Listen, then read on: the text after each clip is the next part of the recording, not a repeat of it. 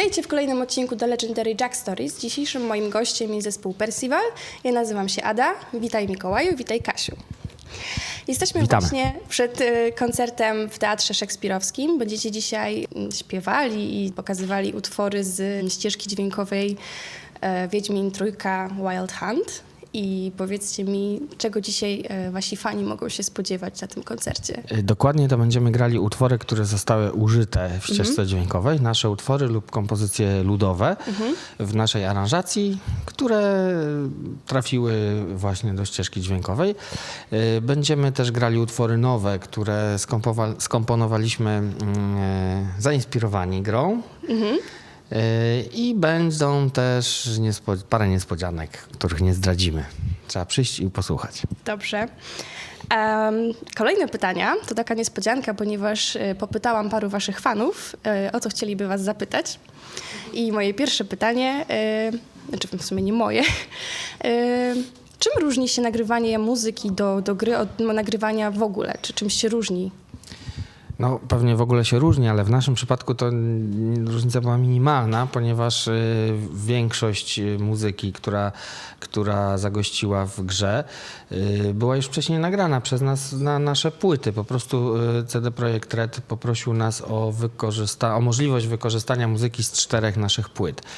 A później dodatkowo, ponieważ sam pomysł wykorzystania naszej muzyki spodobał się wszystkim, nagraliśmy jeszcze troszeczkę dźwięków na w sumie 5 sesjach nagraniowych i to też wyglądało w taki sposób niedaleko odbiegający od naszej codziennej pracy. Po prostu mieliśmy zapewnione komfortowe warunki, bardzo dobry sprzęt.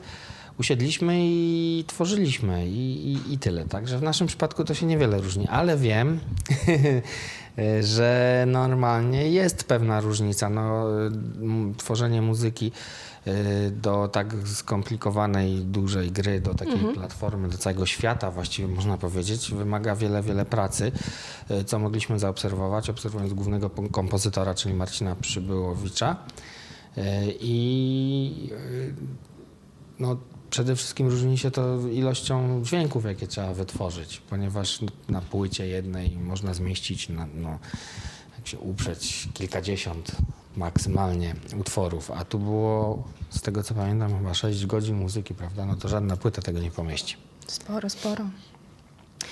Wielkimi krokami też zbliża się produkcja filmowa Wiedźmin. Czy macie jakichś swoich faworytów?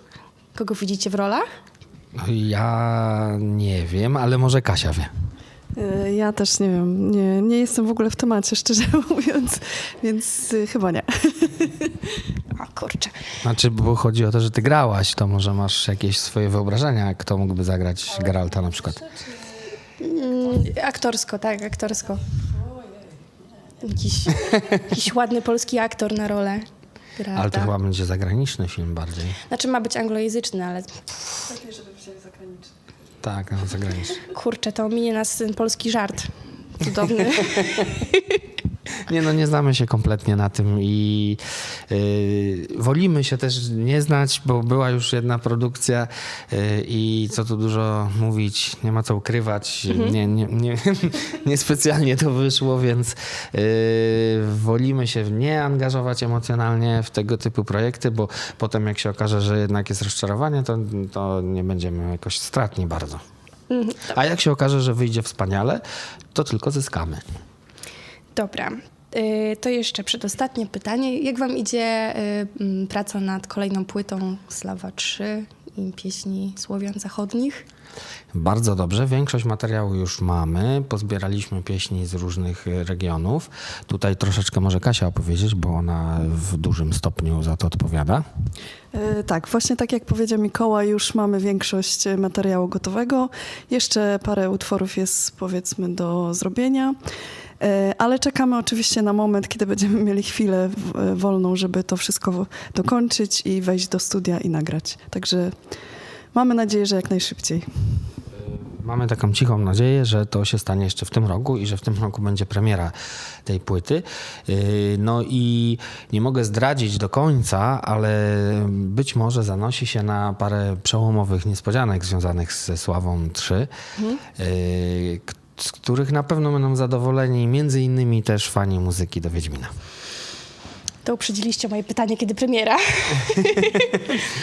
No nie możemy jeszcze podać dokładnej daty niestety.